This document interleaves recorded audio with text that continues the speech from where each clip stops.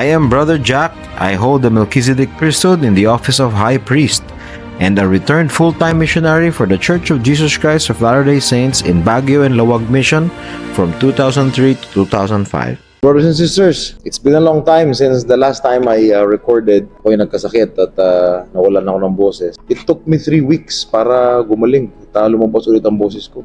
Medyo may konting sayat, mapapansin ninyo, pero I'm okay, I'm better now.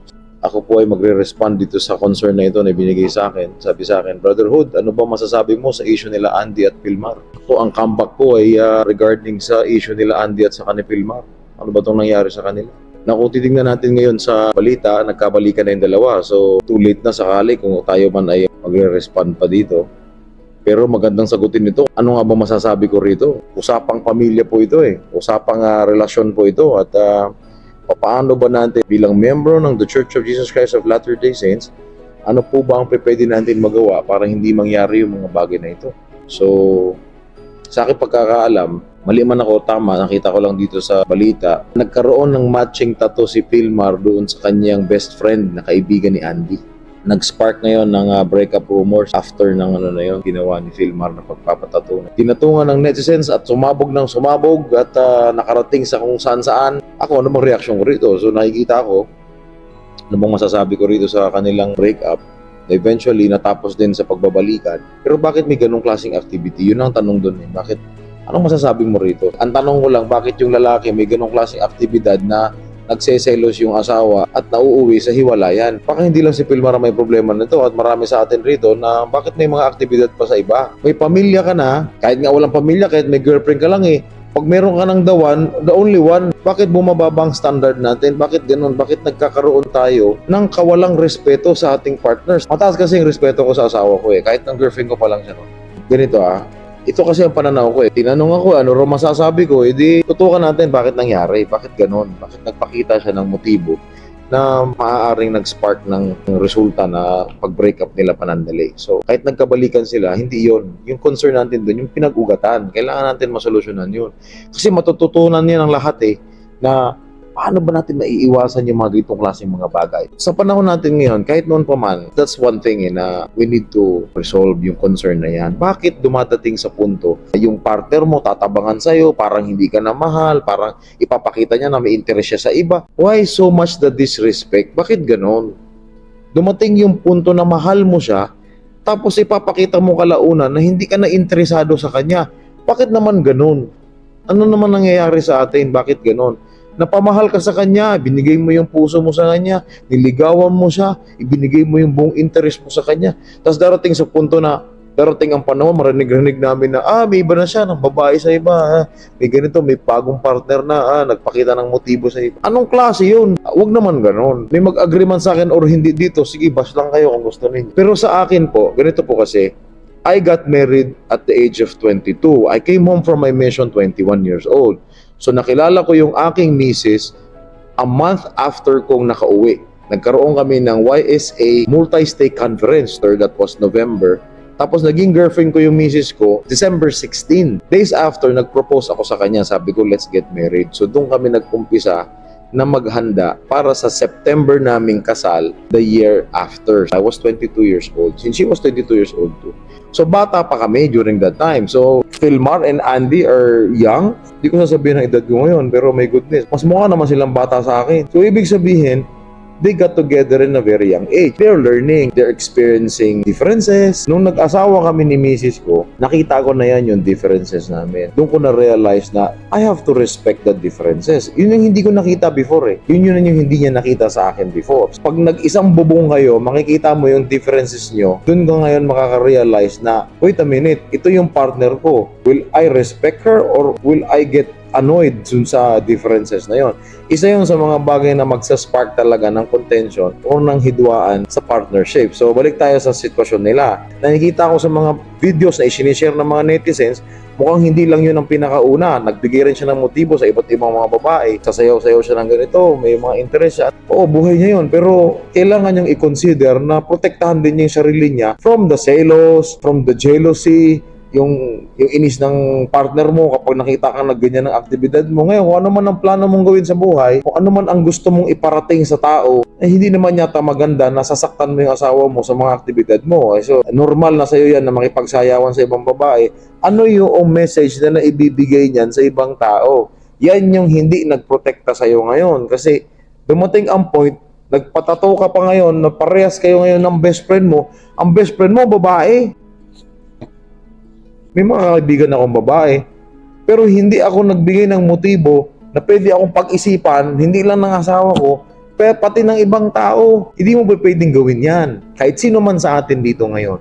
Kung meron ka ng girlfriend, may mga kaibigan kang babae, before you commit yourself to anyone, example ako, kung ako man, hindi pa ako nag-asawa, ito balik tayo before, hindi pa ako nag-aasawa, may mga kaibigan akong babae, lalo na sa church, marami akong mga sisters na syempre, yun lang nakikita ko na first impression, wow, ang ganda niya. Crush ko siya, gano'n. Di ba? Wala kang commitment sa ibang tao. So, ipakita mo yung interest mo. Can I invite you on a date? May gano'n ka. Kung marunong ka, kung hindi ka torpe, ha? Pero kung torpe ka, hindi ko alam kung anong gagawin mo. Kailangan pa tayo mag-usap. Pero kung malakas na loob mo, alam mo na yung gagawin mo, pwede mo siyang imbitahan. Walang pumipigil sa'yo. Okay? So, you can have friends. You can date. You can have friends with the opposite sex. Walang problema yon. Hindi mo naman siya girlfriend, no? Makipag-date ka sa kabila, go on group dates, yan yung standard eh. Yan yung for the strength of youth na sinundan ko simula nung ako ay youth pa lang. So, it protected me. Kung medyo dangerous na kayong dalawa lang, go on groups. So, meron akong kasama, ganun. So, yun ang pinaka-protection namin nung panahon namin. So, ngayon, meron pa rin yan. It still stands yung ganung klaseng standard that it protects the youth until today. So, okay, ganun na nangyayari. May mga kaibigan akong babae. Pero once when I committed myself with someone, wala muna. Walang best friend na babae. Hindi mo pwedeng gawin yan. Kasi it will send a message to everyone na babaero ka. It will send a message to yourself na you are jeopardizing your safety. Meron kang girlfriend tapos may best friend kang babae, opposite sex yun. Anong mangyari sa inyo? Anong pwedeng mangyari sa inyo? Kung galit ka sa girlfriend mo, galit ka sa asawa mo, tapos meron kang best friend na babae, doon ka pupunta sa best friend mong babae, tapos mag-usap kayo. Hawakan ka sa balikat niya, anong mangyari sa inyo? Sige. Yun ang hindi natin ngayon pinapahalagahan, yung standard na gano'n. Protektahan natin ang sarili natin. Ano ang masasabi ko para sa nangyari sa kanila? Itong lalaki, medyo bantayan niya yung sarili niya sa mga aktibidad niya na pwedeng mag-send ng message sa kanya at saka sa ibang tao, lalong-lalo na sa partner niya na magsasabing, bakit ganito ito? Masyadong dikit sa babae, masyadong nakikipaglandian sa babae. Asikasuhin mo ang pamilya mo. Asikasuhin mo yung sarili mo. Kasi may konsensya tayo eh. Alam mong tama at saka mali. Tama na may asawa ka. Tama na may anak ka. Gaganda ng mga anak ninyo.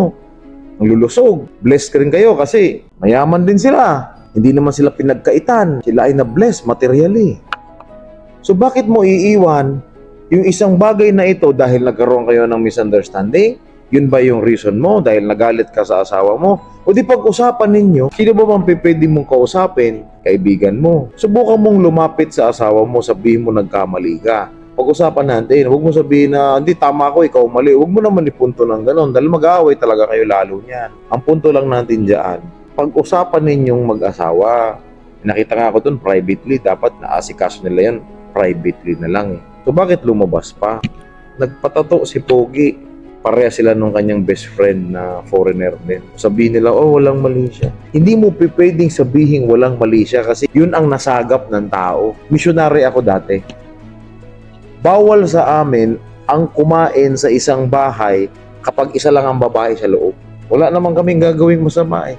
Bakit kami bawal ang kumain sa loob ng bahay kapag merong isang babae lang sa loob? Wala si brother, wala yung asawa, pero pakakainin yung missionary. Kumain kami sa labas. Kasi sabi ni sister, Elder, ako lang mag-isa. Okay po sister, ilabas niyo po yung lamesa, dito po kami kakain sa labas. Bakit meron kaming protocol na ganyan sa mission? Yan ang nagprotekta sa akin. Bakit? Kasi iiwasan natin ng chismis. Number 1, chismis. Pag nakita ng tao, pumasok ka sa bahay, isa lang ang babae doon, dalawa kayo doon, ano isipin ng tao? Mababait ang missionaries. Yes, may standard kami. Pero pag nakita nilang pumasok ang mga missionaries diyan, kalat kagad ang chismis. Yan ang nangyari kay Pilmar. Yung kanilang matching tattoos, yun ay sumasagap sa mga tao na, teka muna, baka girlfriend niya ito. Pero hindi mo naman ibibidyo na lantaran nyo kung alam mong sasabit ka ron. Baka nga, matching tattoo lang talaga kasi best friend niya eh. Binigyan ng mali siya ng ibang tao. So, ang problema natin dyan, chismis. Pag binigyan ka ng mali siya, mamumroblema ka ngayon. Ngayon ako, married man na ako. May sasakyan ako, yes. May magsasabi sa akin na, sister, brother, pwede po ba akong sumabay sa inyo? Pwede po, pero doon ka sa likod. Brother, bakit di po ako paupuin sa likod? Kasi pag nakita ko rito na kasama ka dito sa harap, baka pag-isipan nila may babae ako na iba. Grabe naman po kayo, brother, hindi naman po ako gano'n. Alam ko po yun, sister, pero pinoprotektahan ko lang po ikaw at saka ako mula sa chismis dun sa labas. At ganun pa man, protektahan mo rin sarili mo, baka ikaw naman ay matokso, baka ikaw naman tuluyan mo na. Yun po, brothers and sisters, ang standard na magpoprotekta sa atin. Natutunan ko yung mga tamang alituntunin sa simbahan. Kaya yun ang nagpoprotekta sa akin hanggang sa ngayon. Cross out ako sa best friend na babae. Bakit ka maghahanap ng best friend na babae? Hindi mo pwedeng sabihin na walang mali siya. Hindi ka pwedeng maglaro sa apoy na hindi ka mapapaso. Mapapaso ka. Subukan mong maggamit ng puti. Pumunta ka sa Katayan. Tingnan natin kung hindi ka matalsikan ng duguron. Hindi ka pwedeng makipaglaro sa ganyan. Hindi mo pwedeng ilagay ang sarili mo sa alanganin. Bakit? Yung kalaban natin ay naghihintay lang para magkamali ka, para sirain ang pamilya mo. Masaya ba tayo na magkahiwa-hiwalay ang pamilya? Ang ating pinaka-objective nga, magsama ang pamilya, hindi lang sa mundo na ito, pati sa kabilang buhay. Isa pang question yan kung bakit. Bakit ako ay nagtitiis na hindi magkasala sa punto na yan? Kasi merong pangako. Brothers and sisters, bilang membro ng simbahan ni Jesucristo ng mga banal sa huling araw, ang aming kasal ay hindi lang para sa lupa. Till death do us part, hindi lang po yan ang kasal namin. Ang kasal po namin ay pangwalang hanggan, for the eternities po. Naniniwala po kami na ang buhay natin, pagkatapos po natin mahusgahan, meron po tayong puputahang kaharian. Hindi po tayo langit at impyerno, ay turo po natin yan. Pagkatapos po ng paghuhusga, ikaw po ay ilalagay sa 3 kaharian na inihanda ng Diyos. Ito po ang celestial, ito po ang terrestrial, ito po ang telestial. Sa pinakamataas, ang celestial, sa aming banal na kasulatan, sa doktrin at mga tipan, mahahanap po natin sa section 131 verses 1 to 4. In the celestial glory, there are 3 heavens of degrees. And in order to obtain the highest, a man must enter into this order of the priesthood, meaning the new and everlasting covenant of marriage. If he does not, he cannot obtain it. He may enter into the other, but that is the end of his kingdom. He cannot have an increase. Sa celestial kingdom, nahahati po ito sa 3. Ang pinakamataas, ang exaltation, kung saan mismo naninirahan ang ating Ama sa Langit at si Jesucristo. And in order to obtain it, it says here, a man must enter into that order of the priesthood, meaning the everlasting covenant of marriage. Pag meron kang ganyang pangako, meron ka basihan na tiisin hanggang sa wakas na respetuhin mo ang iyong asawa, mahalin siya ng tama dahil sa kabilang buhay, siya rin ang iyong makakasama. Mahirap labagin yan. Isasakripisyo mong lahat. Dahil mahal mo ang asawa mo, dahil mahal mo ang pamilya mo, isasakripisyo mo ang gustuhan mo. Gusto mo makipag-party, gusto mo makipaghalubilo, gusto mo magkaroon ng best friend na babae, i-give up mo yan kapag meron kang basihan na hindi lang sa mundo na ito, pero pang walang hanggan. So kung tatanungin nyo ako ano ang masasabi ko, hanapin po natin, brothers and sisters, ang katotohanan.